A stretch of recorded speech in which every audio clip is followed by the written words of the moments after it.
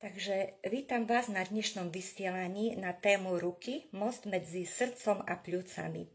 V tradičnej čínskej medicíne sú ruky, respektíve ruky majú dvojitý význam. A to z toho dôvodu, pretože ruky sú mostom k srdcu, lebo cez dlane prúdi energia srdca.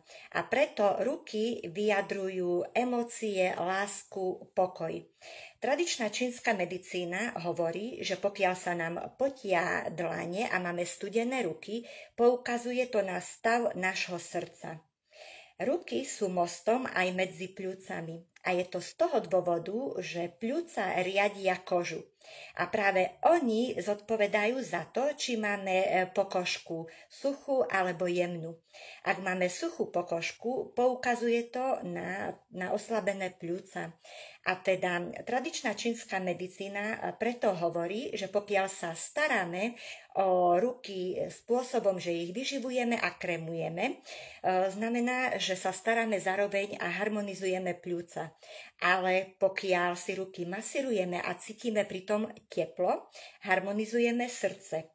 A myslím si, že je to dosť veľký dôvod na to, aby sme sa o ruky starali pravidelne a s láskou. Lenže okrem toho, ruky sú pre nás nepostrádateľné a my vlastne rukami posielame našu energiu či do sveta. A to je ďalší dôvod, prečo sa o ruky naozaj starať pravidelne. Tradičná čínska medicína pozná taký jednoduchý rituál krásnych a zdravých rúk, ktorý je naozaj jednoduchý, ale veľmi účinný. A ja vám ho teraz predstavím. V prvom rade je veľmi dôležité čistenie rúk. Ruky by sme si mali umývať v teplej vode a mali by sme používať buď peelingy, alebo telové soli. V Tiande ich máme naozaj že na výber, či už peelingy alebo aj soli. Pokiaľ ide o peeling, tento konkrétne je broskyňový, obsahuje broskyňový olej, ktorý obsahuje vitamíny, akými sú A, C a E. Peelingy a telové soli vlastne nám odstraňujú odumretú pokožku z rúk, zároveň týmto nám koža začne lepšie dýchať a energia či voľnejšie prúdiť. Tento peeling teraz vieme v e-shope získať zdarma, ak si kúpime nejaký ten krém na ruky, ale o tom poviem potom neskôr. Takže určite je vhodné aspoň 2-krát do týždňa zaradiť na umývanie rúk telový peeling, poprípade telovú sol, či už broskyňovú, alebo ja mám tu z kryštálmi z mŕtvého mora, ale v ponuke máme aj zelený čaj a grepovú, je to úplne jedno. Rozdiel medzi peelingom a telovou solou je ten, že telové soli Tiande obsahujú morskú soľ. A morská soľ zase obsahuje veľmi veľa minerálnych látok. A minerálne látky sú pre našu kožu veľmi dôležité, pretože keď sa potíme, z tela sa vyplavujú vonku nielen toxíny, ale aj minerály.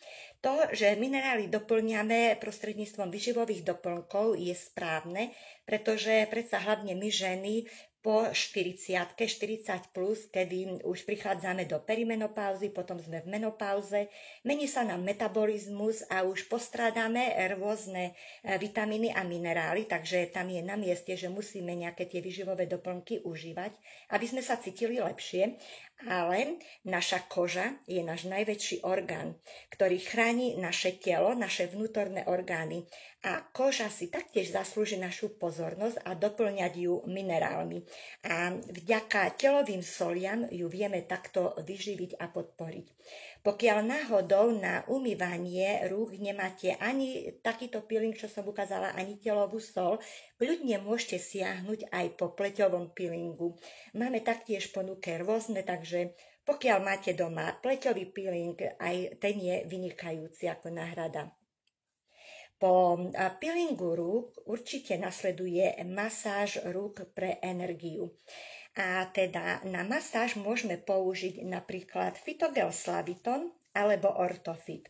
Slaviton je chladivý phytogel, ktorý má antibakteriálne antiseptické účinky, krásne hydratuje pokožku, uľavuje od bolesti a posilňuje cievne steny a vzhľadom na jeho vôňu pôsobí upokojujúco a relaxačne.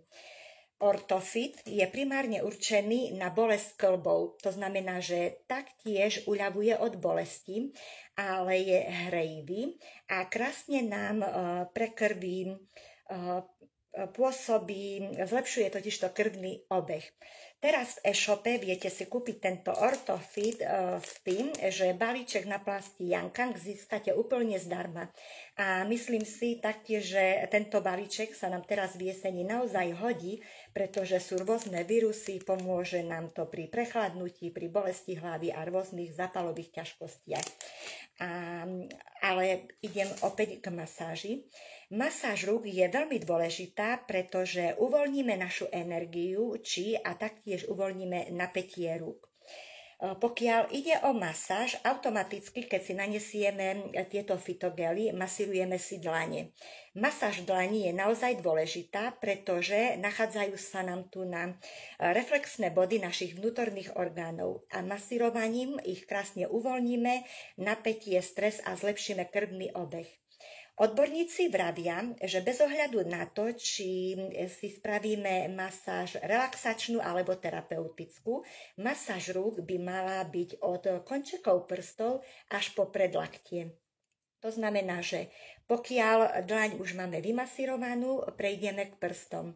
Prsty masírujeme takým spôsobom, že ich jemne ťaháme a jemne ich stlačame. Takto krásne uvoľníme, pokiaľ nás trápia stuhnuté prsty. Väčšinou to trápi ľudí, ktorí majú prácu za počítačom, ale taktiež táto masáž pomôže aj tým, ktorí trpia na artritídu. Takže krásne sa nám uľaví, uvoľní. Okrem toho, ďalej určite viete, že v čínskej medicíne každému prstu prislúcha nejaký ten vnútorný orgán a k nemu emócia. Takže ak masírujeme palec, podporíme pľúca a uvoľníme smútok a žiaľ. Pokiaľ ste minulý týždeň počúvali vysielanie, ktoré mala Katka Vargová, prečo si robiť detox, ona spomenula taktiež, že ak nás bolí palec, poukazuje to nejakú dysfunkčnosť pľúc a hovorila o tom ďalšie veci. Takže naozaj masírovaním palca podporíme pľúca a uvoľníme ten smútok a žiaľ. Ak masírujeme ukazovák, ten je spojený s hrubým črevom, uvoľníme trávenie. Prostredník je spojený s osrdcovníkom a ten zase zmierňuje úzkosť.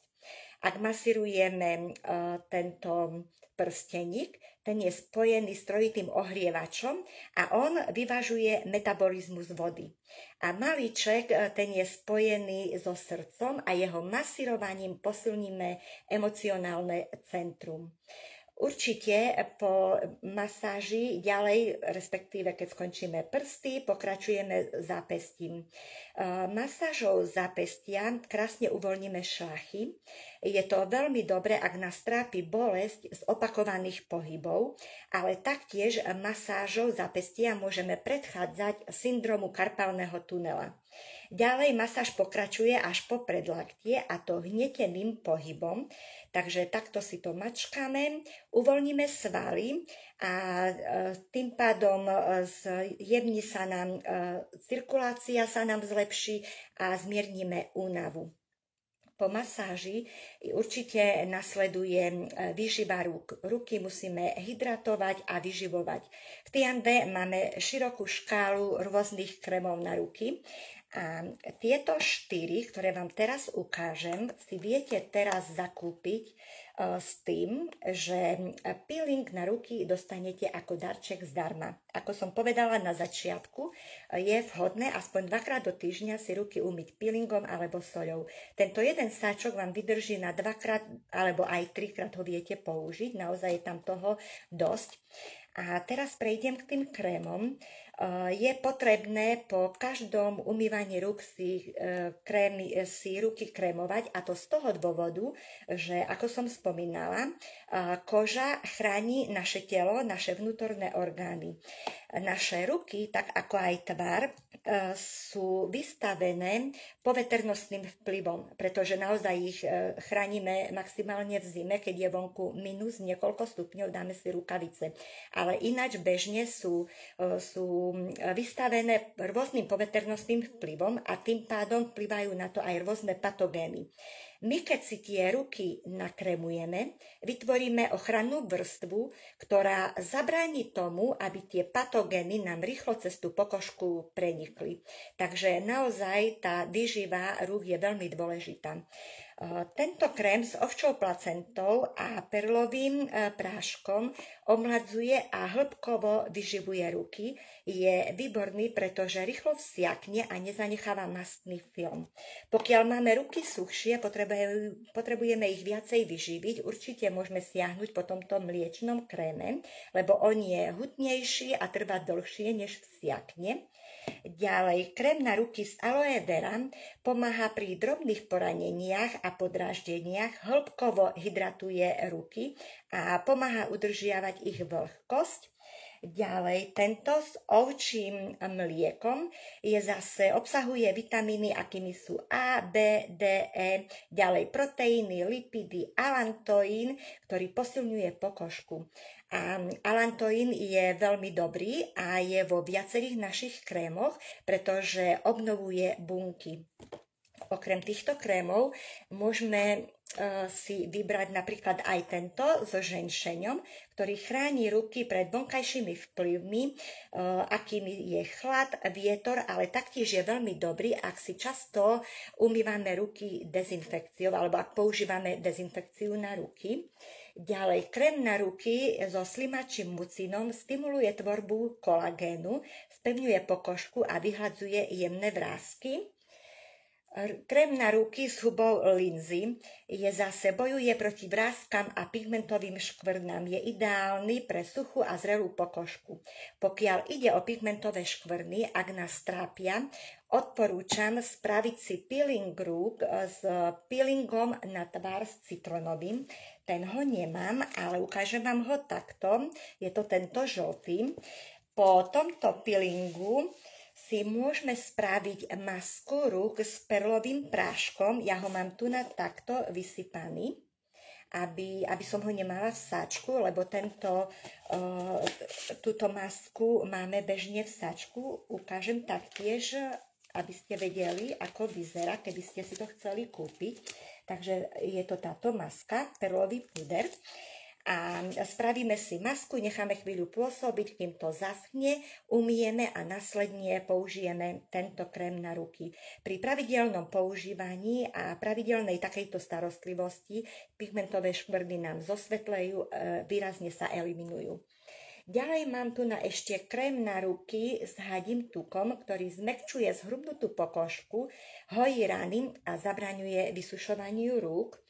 A posledný, ktorý tu mám, je s olivami, ktorý je hydratačný, upokojuje podraždenú pokožku a je ideálny pre suchú a popraskanú pokožku. Ako som na začiatku spomínala, pokiaľ máme studené ruky, potia sa nám, poukazuje to na stav nášho srdca. V takom prípade určite vám odporúčam siahnuť aj po výživovom doplnku Zlatý amarant.